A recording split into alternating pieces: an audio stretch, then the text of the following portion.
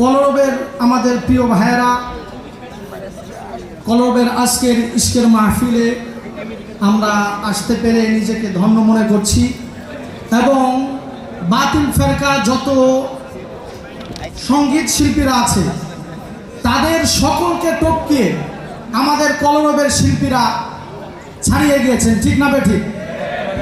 এজন্য কলরবের ভাইদেরকে ধন্যবাদ। আমরা চেষ্টা করব ইনশাআল্লাহ, আমরা আজকে এই দেশে, এই বাংলাদেশে এত সুন্দর একটি দেশ পেয়েছি, আমরা এমন একজন প্রধানমন্ত্রী পেয়েছি যেই প্রধানমন্ত্রী, আমি গতকালকে যাকে ধর্ষণ করা হয়েছে রামিসার বাবা বলছেন যে আপনি 10,000 টাকার ফ্ল্যাটে যে আপনি উপস্থিত হবেন, এটা আমি জীবনে কল্পনাও করতে পারি নাই। এমন একজন